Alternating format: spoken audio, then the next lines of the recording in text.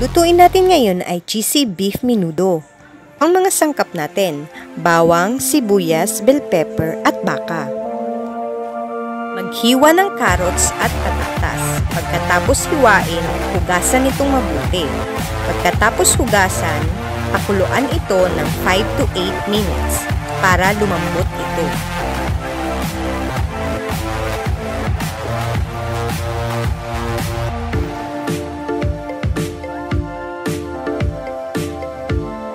Kapag malambot na ang carrots at patatas, i-drain na ang tubig nito at set aside na natin.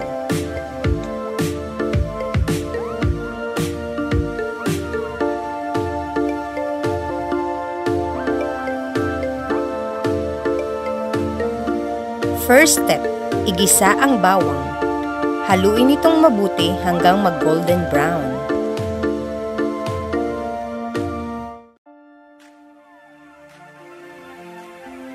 Pag golden brown na ang ating bawang, ilagay naman ang ating karneng baka. Haluin itong mabuti.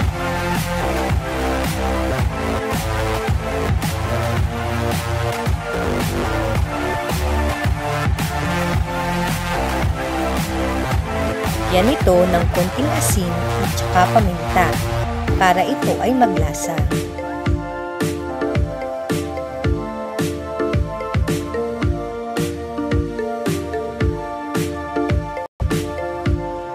Haluing mabuti ang ating karne at saka takpan ito para lumabas ang katas. Kapag lumabas na ang katas ng karne, lagyan ito ng 2 kutsarang tomato paste at halu-haluin mo lang.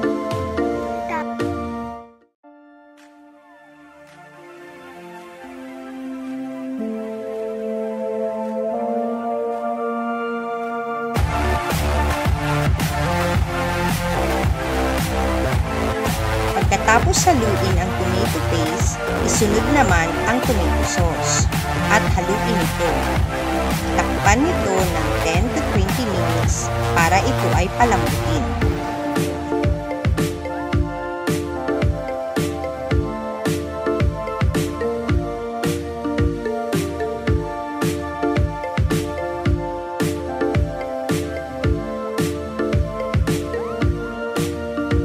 Kapag sa tingin ninyo malambot na ang karne, ilagay na ang sibuyas at bell pepper at haluin nyo lang.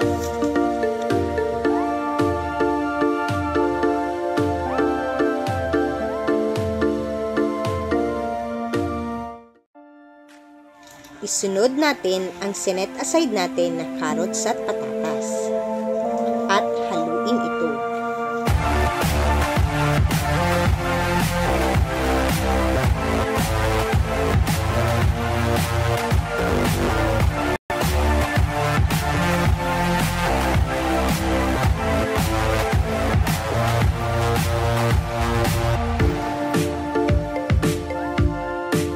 Kapag gusto nyo ng sabaw, lagyan nyo ng tubig.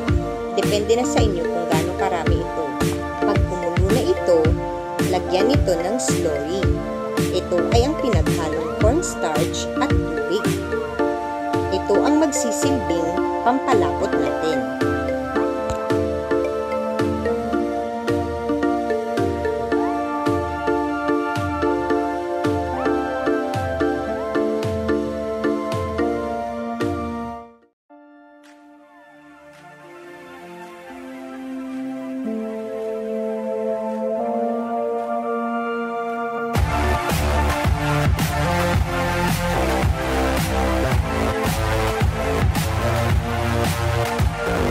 Itong sumarap, dagdagan natin ito ng maraming cheese!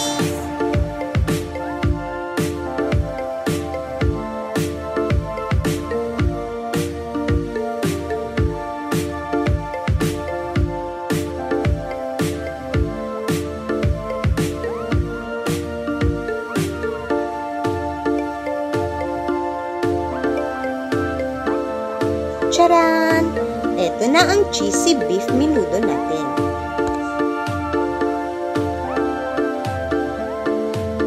Spaghetti.